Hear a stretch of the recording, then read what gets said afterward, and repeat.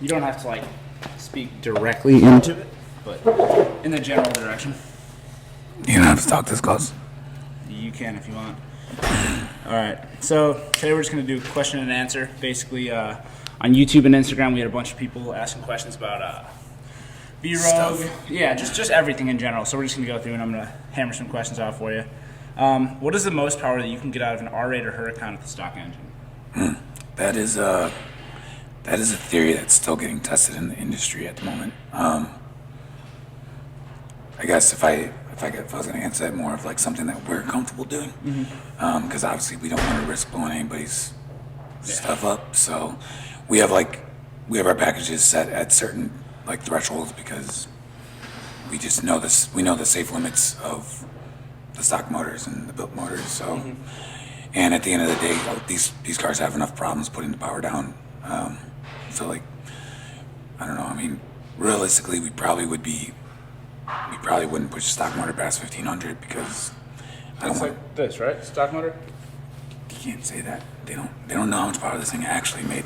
We're just saying 1350. We'll just go beep. Yeah. We'll block it out. But yeah, we probably like for the sake of our packages in our warranties and stuff like that, it goes up to 1400, and then we go to a built motor. So just because it's safe, but if someone didn't want a warranty and didn't care and just wanted to send it, I mean, we could see where you're down to send it. Yeah, I mean, we can go as fast as anyone wants. So, gotcha.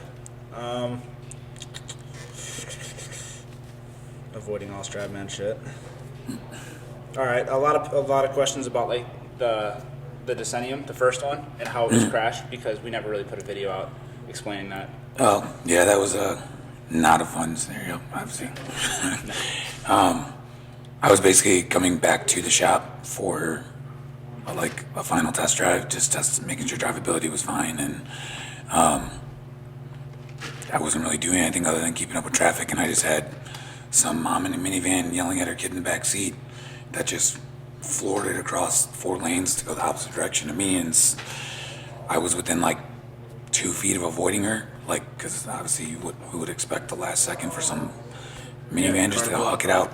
Yeah, so I avoided the minivan, but having to like turn the car as hard as I can to the right and go around the back of the minivan, I ended up sliding into a tree. So yeah, you jumped the curb and like there was a bunch of little things that kind of another mom on the other side of the road went off the road in another minivan on the other side because the freaking mom that cut everyone off just was not paying attention at all, and she's welcome I didn't hit that minivan like T-bone it with her kid facing me. So definitely. Yeah, so I don't know. It was just one of those like split second decisions where it is what it is. I mean, it definitely sucks that the car was ruined. Yeah, but I was fine. Now it's in good hands and it's getting rebuilt. So it's being revived. I mean, the most important thing is that I'm getting through it. I'm still dealing with some like bulging discs and stuff that happened after the fact from the whiplash and stuff like that, and I'm still dealing with some stuff, but I'm fine. That mom was fine. Everyone else was both of those moms were fine, and ultimately the car's fine. Yeah, the car, it was definitely a weird scenario, and I guess it probably everything happens for a reason at the end of the day. So if it makes other people happy, and the original owner of that car he's an amazing guy. Yeah, and he's got a new one too, and insurance covered it. Yeah, so so it is what it is, but it's a short and sweet story. 2 questions. Have you ever thought about twin turboing an Aventador? Yes. We I don't know how much we should talk about that. You can just leave it at yes. Yes, we'll just leave it at yes. Okay. There's some things in the works. Gotcha. So. All right. What do you look for in hiring techs? Like, what kind of qualifications do they need to have? I don't know if I'd be able to explain like what techs would need in general. Okay, well, to work here. Yeah, so things high-end cars like this. Things I look for is I think people really have to have a good grasp of what we're doing, because I don't think people understand how expensive these parts are, like, and how hard it is to when you lose a bolt or like if a car gets scratched, how expensive like little things just skyrocket here. Which you know, we deal with these, like we deal with headaches all the time because we're always like going, and so you know some stuff comes up. But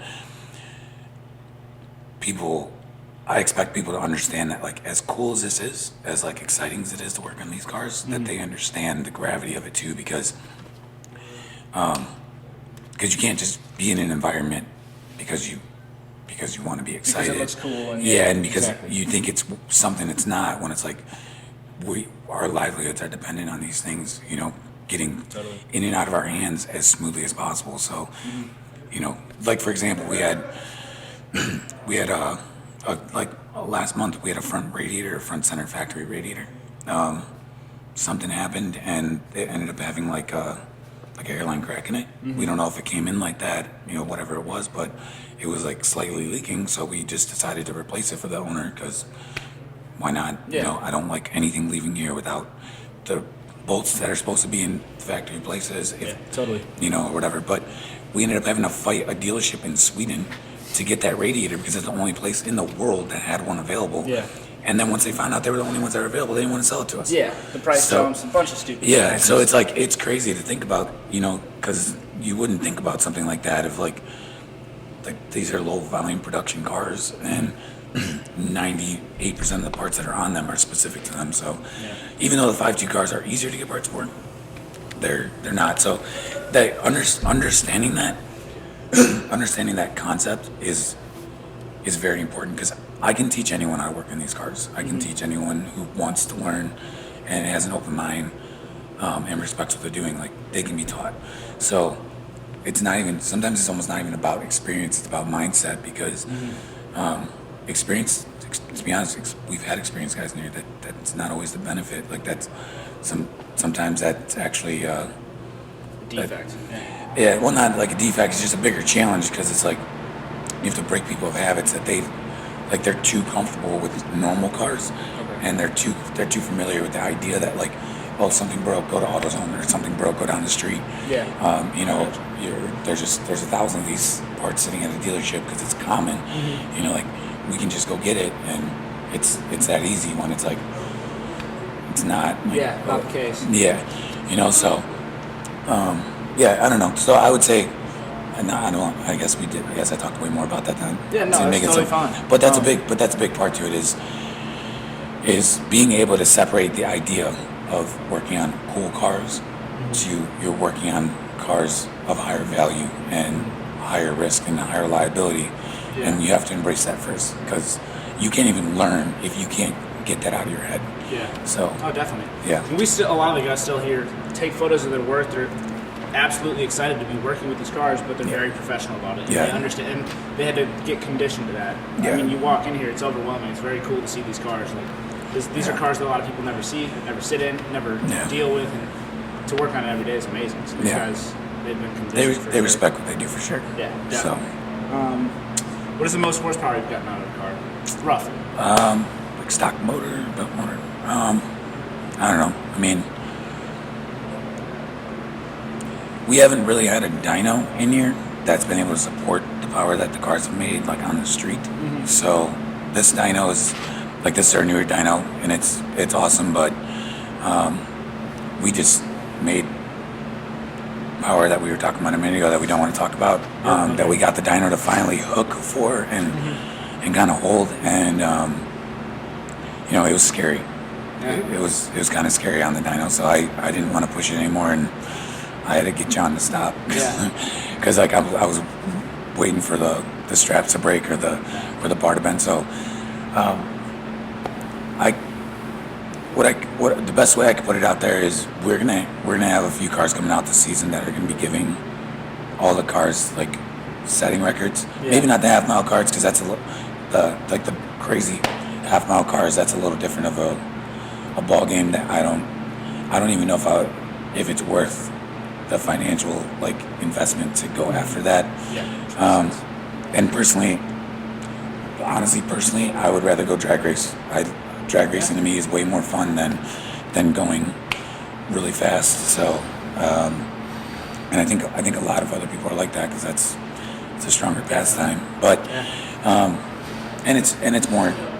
I don't know. I feel like it has a different challenge right now in the industry to make these cars go fast on a track strip than it does at a half mile, because you have the challenge of making the motor make the power, but at the drag strip you have the challenge of making the chassis support it and the drivetrain handle it and to get you down the track. So it's kind of like, I don't want. I would say it's the challenge is different, and I have. My background has more of a drag racing background to it anyways, and I think the majority of our clients, they're either street car guys or they love drag racing themselves, so it's kind of like, but we have some cars coming out that will be giving some of the big hitters like a good run for their money. And which is awesome. Yeah, so we're looking forward to that, but we'll be in those power ranges, but even those power ranges are hard to like.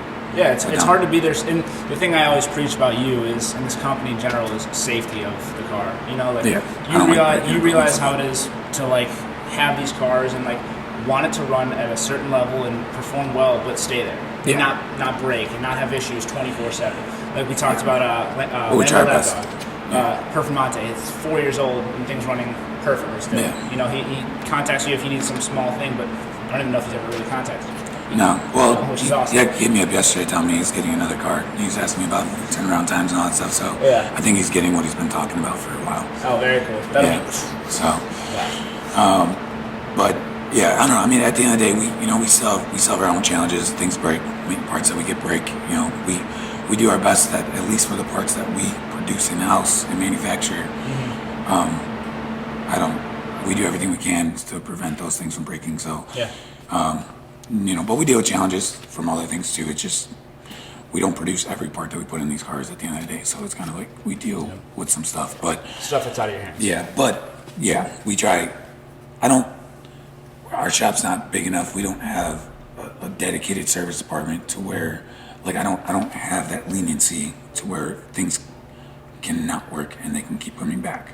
So I have to do everything we can to prevent have to do everything we can to prevent that, because it takes away from forward growth and forward movement to do warranty work and backup and all that stuff.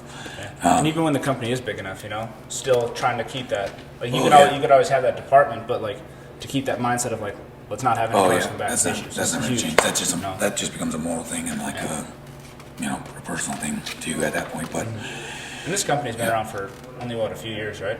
Six and a half. 6.5, but even then, I think that the progress of it has like exponentially grown in the past 2 years. So I more or less live here. Yeah, exactly.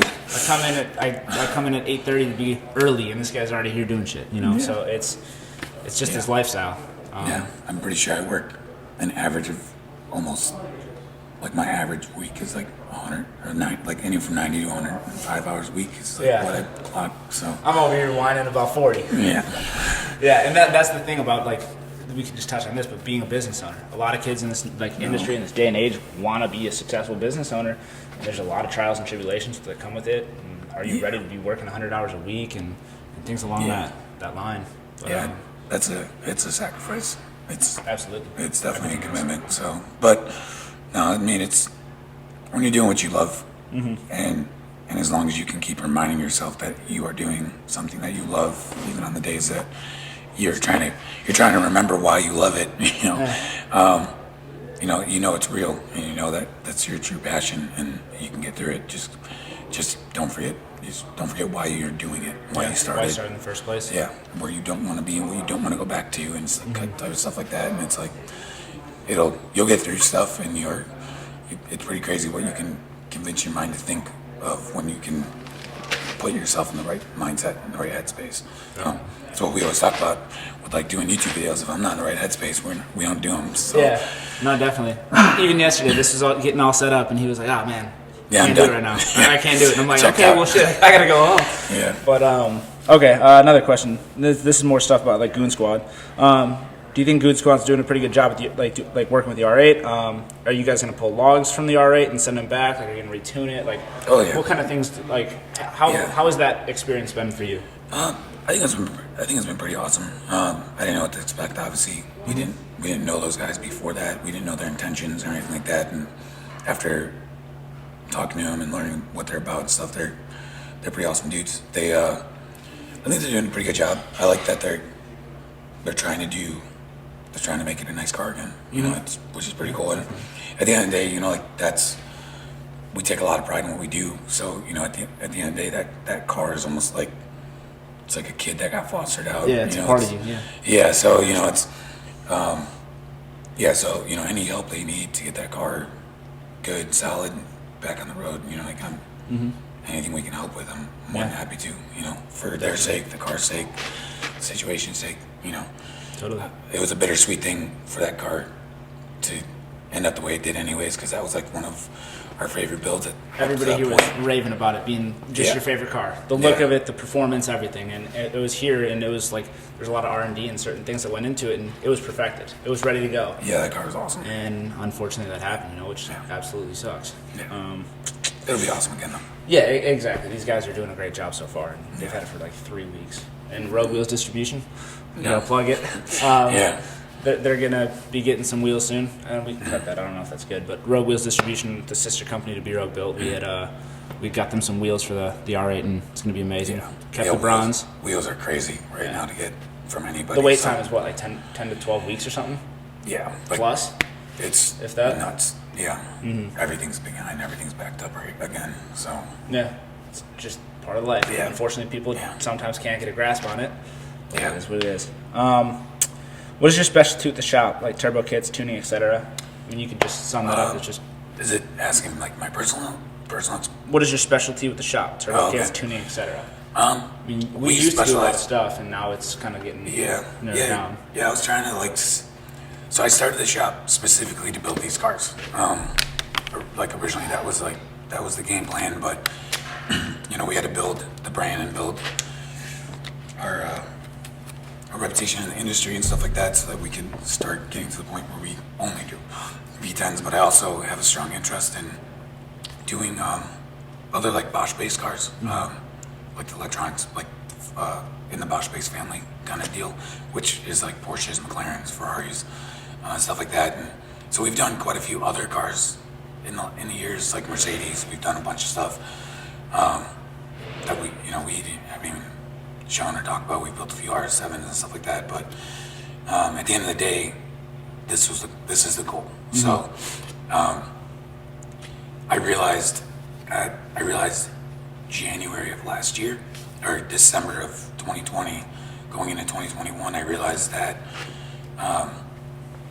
if I kept doing other cars, it was just going to prolong the success goal. of the company. Yeah, to getting to the goal anyway. So I cut everything else off in January 2021. So, I just did it because I just wanted to get to where we wanted to be.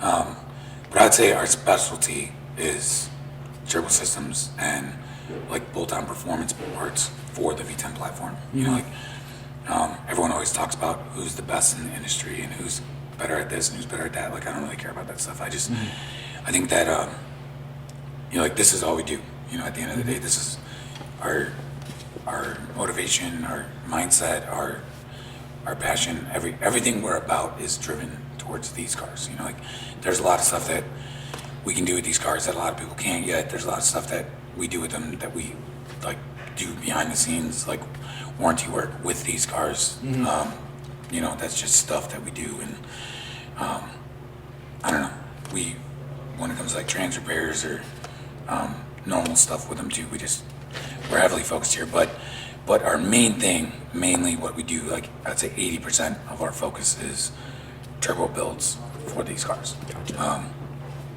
I feel like the NA stuff that we did, like our exhaust program that I started with it, and we are going to be continuing to grow that with other cars.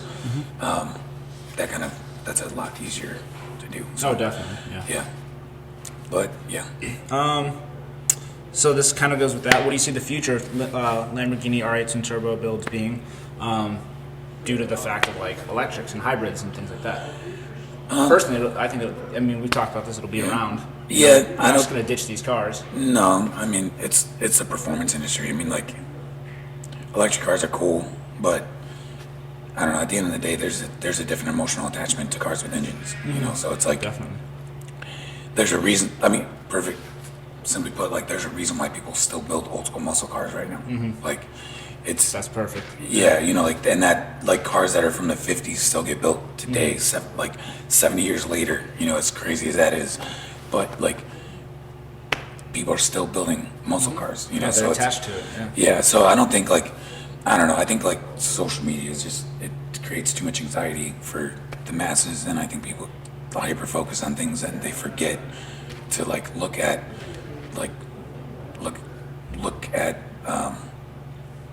the past, where, like, it's like, you know, you can see a pattern, you know, like, Definitely. yeah, at the end of the day, like, guys in our generation and, you know, generations above us and below us, like, these cars are getting built. Yeah, you know, definitely. The only thing that's going to be a scare is in a couple years, you know, like, these cars are limited in production, so you know, the more this market gets saturated, like, the more these cars are going to deplete. So that's why, like, me and my wife are doing other things, you know, Yeah. like, outside of the shop, just to kind of keep things going, like, support things. But I mean, at the end of the day, we're going to be getting into other platforms too. So I'm not really worried about it. We have other cars for development, like, literally waiting. Like, yeah. Wait for new shop, new space. There's a lot of Yeah, different you know, things. so once we spread our wings a little bit and kind of get into other platforms a little more in depth, because we're going to be, you know, kind of pursuing a couple other platforms to the same degree that we're doing with these. But, you know, we're just not there yet. So, yeah, I don't know. I'm not too worried about it. I'm just kind of focused on right now and this year, and we'll see. That's perfect. All the trends will be different next year. All the worries and stresses will be something completely different. Absolutely. Maybe we'll have zombie apocalypse by then. Who knows? I don't know. 2023. Yeah. Why did you start B-Road? Why and when? So you said 6 years ago. That's what, 20? Well, technically 15. Okay. And like, what was the reasoning behind it? Like, you were always into like automotive shit, right? Yeah, I've been in the performance world like my whole life.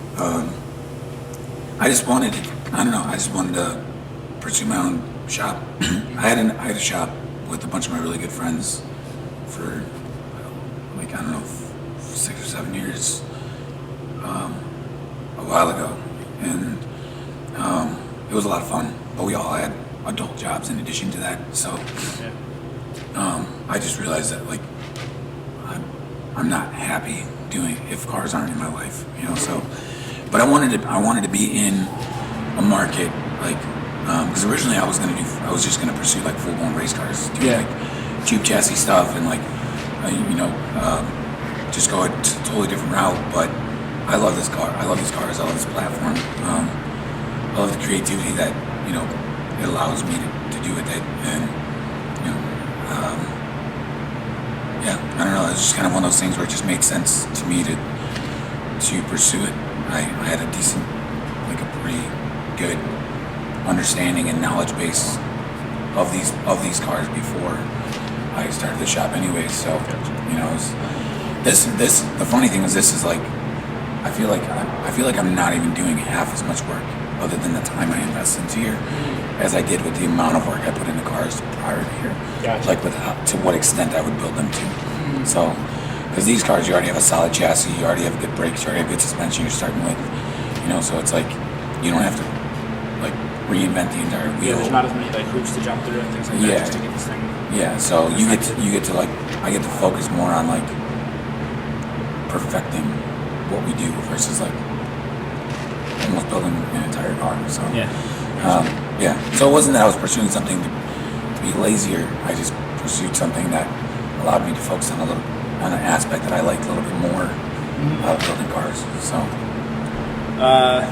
when are you gonna start making single build focused videos? I mean, that's kind of a question for me as well. Single build focused videos. Oh, single build The car focused. comes in, start to finish is the video. We'll be doing that. Yeah, that's been in the works and the plan for a while. Like, we've talked about the shop size. I mean, it's like we mentioned, like, this is not the, like, oldest company. We haven't been around for a while. Like, we're looking to expand, like, the size of the company and, like, even to the size of the building and things like that. And that comes with the ability to, like, do more media things, like have a certain space for when the car comes in, it's getting detailed, it's getting set up and ready to like tear down. There's so many different things, and it's kind of hard when there's not as much space and like Yeah. there's just so much stuff that has to go into it. Well, and there's so much going on too. Yeah. At the time we're not even remembering to get media because we're trying to get deadlines done or do so many other things too. So but we're working on it, you know. But yeah, that's coming. Yeah, we're trying to get a couple of things. Once we get a couple of these builds off our plate that are a little more like more bespoke or more like they're not just a simple package cart. That'll be a lot easier to do. Opens up a lot of time and space. Yeah. So once we start doing like cars that are more focused on our packages and what the car build is, you know, like that's when we'll be able to do that. But we're working on getting there. Like there's so much that goes into this business, it's insane. And you know, like what people see on social media is wildly different from what happens actually in the business and what we actually deal with. And you know, like Luke wears a few different hats here too, so it's not like he just does social media. So for both of us to do this, you know, this isn't convenient all the time, and our schedules don't always line up.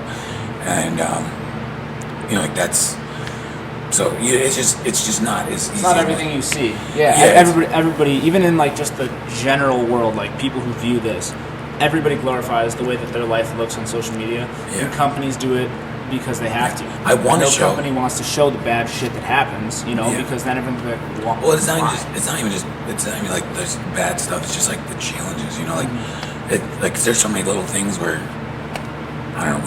We've talked about it like throughout the last couple of years, you know, with what's going on. But at the same time, it's like one of those things where there's so many like little challenges or constraints, or you know, people getting sick, or like half the whole shop getting sick and not being here, like the Rona.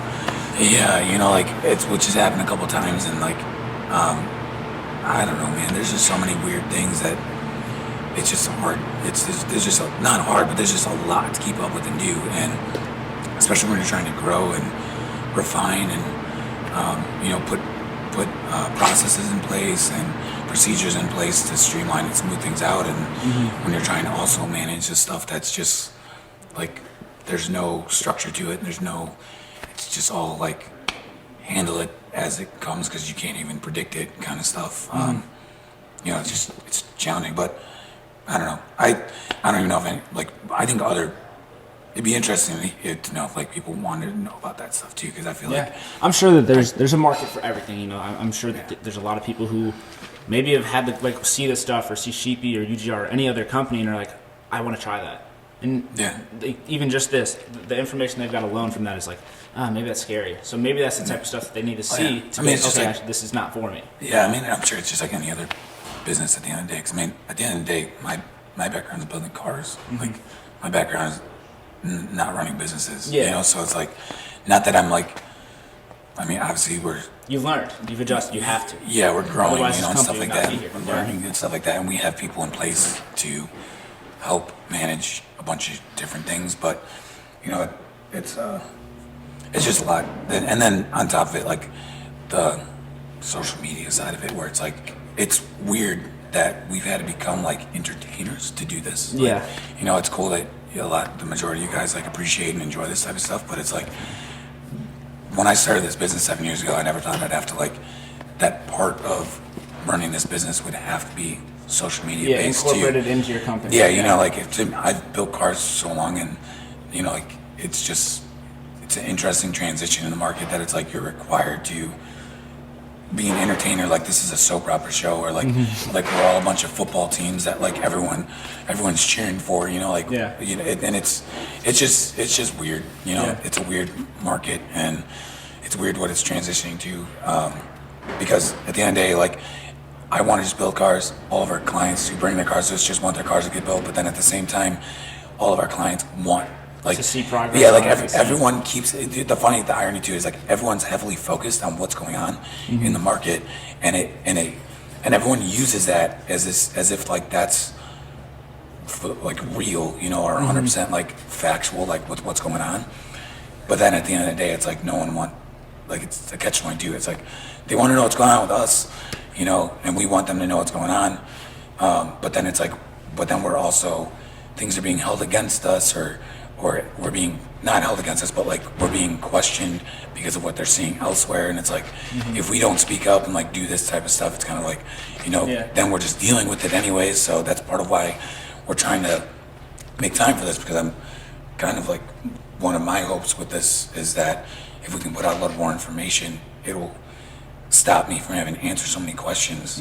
And Yeah, you got a question, you can refer somebody to the video. But this is exactly why we don't deal with like the like single turbos, Gallardos, whatever we decide not to do. This is you want to know why? We send you this video. Even at the end of the day, like like everyone's entitled and they should understand where they're spending their money and what they're buying. At the end of the day, you can look at everyone's products and you can see what you're spending money on, because if you, I guess I'll hear it if it does it again. Yeah. Either way, we have it for a podcast. So just upload that. Yeah. But yeah, it's just interesting where the industry's going, and like people even like new potential clients. It's interesting like how they get educated, on what they're doing, and a lot of it's social media based, and and I end up having to answer a ton of questions that are like, it's like stuff that other shops are saying or doing, and it's like, it might not relate at all to what we're doing. So, hopefully this buys us a little bit of time with giving people answers ahead of time, because, it's a time-consuming thing. Yeah, especially if you're the owner of the company and everyone's expecting you to be doing something. You are. Well, and I'm physically working. I'm trying to be in a different mindset so that I can create and draw and like tweak things, or adapt more things so that I can keep keep growing the product and bettering it and all this stuff, and so that it's hard to do that and perfect it when you're getting when there's distractions, and like to be in a creative mind space, it's like a lot of these people who have like who are creative or pay attention will know exactly what I'm saying. But like when you're in a creative flow, the last thing you want is to be distracted, because it's just like a conversation. If like my camera turned off a minute ago, and instantly my mind is like, oh shit, I have no clue what we were just talking about. And it's the same thing if you're drawing and you're designing, you're like in a flow, you get out of it, you're not gonna want to jump back into it right away. It's a lot. Like there's a lot that goes into that. Yeah, but it's just the irony of it's like I need to constantly keep up with everything, but then at the same time I need to constantly work, and then it's like, but there's like hours. Like hours upon hours that I have on the phone with people. Don't get me wrong, I love talking to all our people that come to us, and I become pretty decent friends with everyone, and really close with some of them, and I love them. They're awesome. It's just I'm just referring to like the front end, where like people are inquiring and want to like know what they're getting into. That's what we're gonna try and help with this stuff. So just so no one takes it the wrong way. Yeah, no, absolutely. I love everyone that comes here and that's a part of this thing. It's just whichever I know everyone's gonna understand, because most of the people that come here either run big parts of businesses or own big businesses themselves. So they get it. I feel bad too when I need to call them sometimes to take them away from what they're doing, because I put myself in their shoes. So but is what it is. So hopefully this stuff helps with that. We'll start working towards getting towards like the single car builds and stuff like that. We just progressing it. Yeah, we'll get there. And the other thing is like when people are trying to reach out to you, somebody's calling in and inquiring about a build, it's like, hey, is Brendan around? That's like not to the extent, but that's like calling like Amazon and being, yo, can I talk to Jeff Bezos? I'm not there yet. No, you can't talk to Jeff Bezos. I don't know if I'll ever be there. Oh, well, let's hope. Yeah, because then I get one of these. But that's what I'm saying though. It's you're calling the head of a company. They're like, you call like a company that's making millions of dollars. Do you expect to talk to the person who runs the company? It's hard, and that's why you put in place teams who are knowledgeable and can talk about it and can virtually be And I want to make the time, because I want to make sure everyone's happy too, and I want to hear people's opinions and outlooks or feedback from everything we're doing. But I don't know, it's just interesting. The fact that we have to do this is what's interesting to me, because it's like now this is one more thing that takes away time, and a lot of people aren't even going to understand why we have to do this. But the people that are going to appreciate this are going to that's why we have to do this, because it's not about any one individual person. It's about the grouping and the masses of the people that we work with and stuff like that and talk to, because for at the end of the day, half the time with people that call them, we don't know if they actually have a car or not. We don't know if they're looking for a car or if they're gonna buy one. So I have to entertain everything because this is our business. This is our livelihood. So I have to entertain every and any call. And all that stuff. But it's all good. I just it's just interesting because how much it takes me away. When I have to do these little micro things and it all adds up. Yeah, absolutely. Net worth. Somebody wants to know net worth. $12. Yeah. That's a weird question. How do you? Yeah, no, I don't know. People, there's a misconception that because you work on these cars and you have a Lamborghini, that you're rich. Most people don't even know that I have a Lamborghini. Well, you're welcome. He's got a Lamborghini. But it's I don't even know I have that thing half the time. Yeah, it's you miss it. And that's part of what sucks is 6 months of the year you're not driving that thing here. Well, I mean, for us too, it's kind of like, the shoe cobbler wears the worst shoes, or the shoe repairman who has the most holes in his shoes because he doesn't have the time to get to his own shoes. Yeah. It's the same thing. I mean, we have the car for the shop, for promo and for R&D. And to prove that your kits work. You beat on it every day and you have fun with it. Yeah. And Well, you we're not. show your customers this is what a twin turbo kit by us is like. Yeah. And Well, and it also helps us not. It helped us not. Push the envelope too far with clients' cars before we did our own. So, absolutely. so it's the car's still here. It exists. It's it exists. yeah. I mean, it's gonna be. We're gonna be bringing it back out here pretty soon. Here, this season's gonna be. It'll be getting seen a lot. So, yeah, because we have to use it. We have to get out to events, and I would like to get out to events. Yeah, So definitely. And then the last question, we'll wrap it up, is you always talk, you in particular, I said Brandon, always talks about 2020 and 2021 being a hard years for you. And people don't see what goes on behind the scenes. You mentioned that you're here for 100 hours every single week or 100 plus. Yeah. So that takes a huge part of your time, your social life, your relationship. It's all of it. your son who lives with you. So there's a lot of things beyond that, beyond the work stuff, what else? Adopted son. Yeah, your adopted son, welder. Unwanted adopted son. Just He kidding. kind of just showed up one day. He just has a weird mustache. Yeah. No. Not me. I do have a weird Yeah, mustache. not this one. So what other things in 2020 and 21 were super hard because everybody thinks that it's kind of just bullshit. And, Yeah. I mean, if you think that, I hope no one ever has to go through that experience as a business owner because I think the thing is a lot of people, everyone's gonna have a different perspective because of the circumstances of their situation. So, we're heavily dependent on distributors from other countries. So, most people that don't think it's real don't even know that the ports got locked up and that half the stuff couldn't even come through California because they wouldn't let truckers. And this is a more recent thing, but they wouldn't let truckers without a vaccine card go in and out of California. Or if you didn't have if you had a truck older than 2018, they weren't letting it into California to go to the ports. Like that stuff plays a huge role because when we have our clutches come from New Zealand, our Cyvex comes from the UK. What else? Our turbo, comp turbos, just like Garrett and everybody else's, the cast housings come from overseas. They do all the build stuff in house, but they don't do the castings in house. They find a machine in house. So it's you don't realize how much that hinders. The blow off valves and wastegates we use comes from Australia. You think Australia was doing great when the whole country was on fire? Yeah. You can use logic, and put people can put themselves in a real world perspective. People just choose not to because it doesn't fit what they want to believe. So, but other business owners who are dependent on distribution and outside manufacturers and stuff like that. They're all feeling the trickle down. Yeah, they feel it. Even the people that aren't, the construction workers. Why do you think wood prices spiked? Why do you think everything got expensive? It's just it's interesting to me that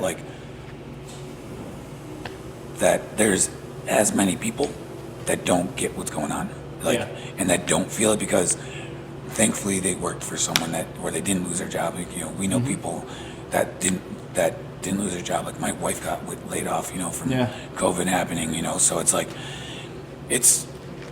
I don't know, man. It's a ton of crazy stuff that is going on, and like at the end of the day, we build Lamborghinis and R8s. Yeah. There is no need for this stuff in this world. Like this is such a want and a desire that like as much as these things get social media attention, it's hilarious to me how people don't realize that like at the end of the day, the people that can still do this and that have been able to continue to do this throughout like all this COVID and the hardships and and everything going on over the last 2 years, even for them, it's even if they have the money, you know, they still second think it. You know, like it's not like these cars aren't cheap, these builds aren't cheap. You know, the liability, everything that comes with these things isn't cheap. So it's like it's slowed down for everyone. You know, it's just about what people showed or what they didn't show, and what they've talked about. But like, you know, like there was a big come up with other things throughout what's happened with, you know, crypto and people making money off of COVID and stuff like that. But like, I don't know. It's not like a long time business type back into it. You know, like so. It's just an interesting perspective because people think that, you know, like there's a thousand of these things getting built every day. Like there's not. Over the course of a year in this country, like honestly, like you can count how many cars you see coming out of shops. I mean, it's for starters, it's probably sub 100, right? Every single year. I think this. And there's last year more shops popping up and like successful cars that are like a full build coming out. Yeah, I wouldn't be surprised if there was barely 150 cars built last year. You know, like amongst all of us, and like no matter who wants to lie about anyone, everyone has a brain. You know, like don't look at what you hear, like look at what you see. You know, like at the end of the day, like you know, like even with us with our situation, you know, like we keep talking about the 5-liter stuff being a nightmare versus the 5.2-liter stuff. You see 5.2-liter cars leaving our shop. You know, like you constantly. you know, like if you like watch videos on mute, you know, like look at everyone's social media and don't read comments. Just look at what you're seeing. You know, like that speaks for itself at the end of the day. You know, like so. You know, and obviously people have a bigger branding or people have a bigger following, so they get more attention and stuff like that, and they get more cars and more leads and all that kind of stuff that happens. It's not even just about like who has a bigger brand or whatever, but like you know, it's who gets found the easiest. Yeah, everybody builds good cars. Everybody that's in this industry is in this industry for a reason. You know, like you're not gonna. It's just a lot. There's a lot of stuff. On top of that, with 2020 and 2021, like the decennium accident, that's actually like you've been going to Cairo and like therapy and things like that for a while because not therapy. Yeah, I was gonna say body therapy. Yeah. Therapy from me mentally messing this dude up. Yeah. I'll probably need some soon. And then like a couple months before that, you were in your own car, your personal vehicle, and somebody rear-ended you coming up like 80 miles an hour. Yeah. And pushing you to a wall, and it was a near-death experience. And we don't talk about that. We're not going to post it because nobody wants to. Yeah, and at the end of the day too, that's a scenario that's hard enough for me, my wife, and all my good friends and everyone here to deal with. That like it's easier for us just to handle that one because, you know, like I'm sure a lot of people are going to inquire about that, but we're not going to talk too much about that. But I was in the hospital for a week. I was in ICU for a week. I had a collapsed lung, a swollen heart, a couple broken ribs. A really bad whiplash from that one too, and you know, like my ribs are still floating now, and that happened like almost a year ago. Yeah, almost at this point, and you know, I haven't even been able to go get surgery to get my ribs put back in place because I have this and I'm obligated to do this now and stuff like that. You know, so it's like, when am I supposed to go handle any of that stuff? You know, so it's like this. It's the irony of like what people don't realize. We have to sacrifice to do this and to hope that success comes before, you know, some type of failure, whether it's a health failure, you know, anything else in life. You know, it's like, it's real, you know, it's crazy. But yeah, so it's just, people don't understand what we have to go through. But it's like, that's why one of the videos or something I think we talked about, or we've talked about it not on camera, but it's like the people getting into this now have no idea how easy they have it because they can go buy someone's fuel system, they can go buy someone's turbo kit, they don't have to develop it, sacrifice an insane amount of the money coming in the shop and hours and and everything like that to develop all this stuff and and figure out what actually works and what doesn't.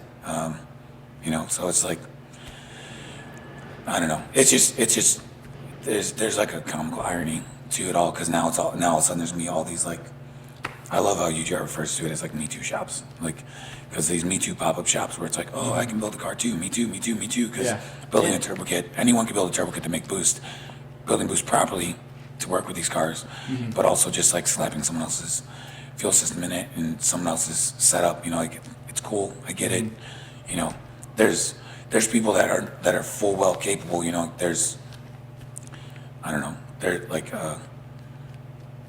they're like we know the people that are capable of doing this on their own, and I understand and respect the fact of why they don't at the end of the day, because it's different when you know someone's capable of doing it and chooses not to. Yeah, definitely. Versus the other shops who just want to be a part of it because it's cool. Cool. And hopefully that doesn't hinder it and affect it like negatively, because in the world that I'm in of like media, I would shoot for concerts and I do work like this. And kids started coming in with their iPhones because, I want a part of that. I want to hang out with Marshmallow, or I want to do this. And they're coming in with a GoPro, or a $200 camera. And I have a $10,000 camera in my hand, and I do a gig for $10,000. And these kids are like, I'll do it for $1,000. I'll do it for $100. It's cool. And then they do shit work, and nobody trusts you. And then in that industry, there's been a huge setback. Same thing. And then you just gotta hope that it doesn't happen. Well, and then there's trust issues with amongst the clientele, which affects the whole industry. So I don't know. I mean, it's going to be what it is. This is going to become the GTR industry. The only problem is they're going to realize there's not as many cars in it. So it's going to go back to becoming very expensive just to get into them because the price of the cars already spiked back up. Like a 2017 is the cost of when it was brand new in 2017 again because the rarity of the cars. So it's like, again, it's just like to me like the comical irony to what people think this industry is versus what it actually is just funny because like you can look at what's going on and you can actually grasp, you can understand it if you try to, but a lot of people don't even have the time to understand it, or they just got their own stuff going on. But that's I could talk for hours about that kind of stuff, but no, you got a lot of stuff going on, so I'll wrap it up real quick, but because you can talk forever, and that's one of the good things about and then I'll get nothing done. He loves what he does. Won't get shit done. But he loves what he does, and Brandon Jamel, the owner of B-Road Built, is just like one of the most passion-driven people and kind-hearted people like you can. Or ask. masochist, or masochistic. But you could talk to anybody who has been a part of this company or gotten a car built by us, and they're gonna have just great things to say, and that's amazing. So, we'll wrap it up with that. Thank you for your time. I know that it's definitely a pain in the ass. I know that there's I'm the pain in the ass. I've been hounding this guy for a very long time, but like he said, there's just a lot of shit. I probably look like I haven't slept in like 2 days. That's how I feel. Yeah. Every single time he's always like, I gotta get a haircut. I gotta cut my beard. I'm like, dude, it's okay. Oh man, if people saw like what I normally look like half the time before we do these videos, because I know like. You're gonna be on camera. Yeah, well, and I work too much. I even forget what I look like half the time until my wife's just like, "What's wrong with you?" Yeah, like, who are you right now? Like, I just look like a lumberjack that just came out of the woods for a month or two, and with no sleep. But I don't know. That's not my focus. My focus is building cars. Building good cars, getting the cars built the right way. So, But anything else you want to say? I don't know. I could. Any finishers? I know you could go on for a long time. Yeah, no, we're good. Okay. Well, the only thing I keep saying is like if this works and people like this type of stuff, for me to find the motivation, we got to see people liking it and commenting. Yeah, give us feedback. Leave comments on this, and if you made it this far, this is probably 45 minutes or an hour or something like that. I was expecting a 10-minute little podcast, and this turned into a full thing. So if this is something you guys like and it entertains and gives you the information that you're looking for, leave comments and likes and let us know, and we'll do it again. Absolutely, we'll set it up in a better way. There's a value to it. Obviously we can prioritize it. Yeah, so definitely. that's kind of what it comes down to. But Yeah. Awesome. We'll definitely be sure to follow B Rogue Built. This is this channel that you're on YouTube. Be sure to follow us here, subscribe, like, comment on everything, and as well as Instagram, b.roguebuilt, b.rogue.built on Instagram. And yeah, we'll see you next time. See you. Cool, dude. Thank you. I appreciate it.